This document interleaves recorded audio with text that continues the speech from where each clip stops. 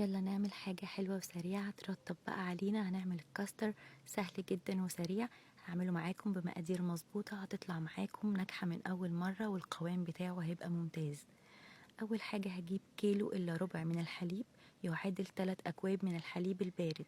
هحط عليهم 3 معالق كبار من الكاستر، هدوبهم مع بعض الأول على البارد كويس جدا وبعد كده هرفعه على نار متوسطة.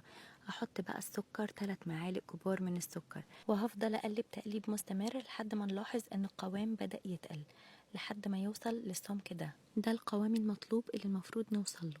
بعد كده هنكون مجهزين الأطباق التقديم.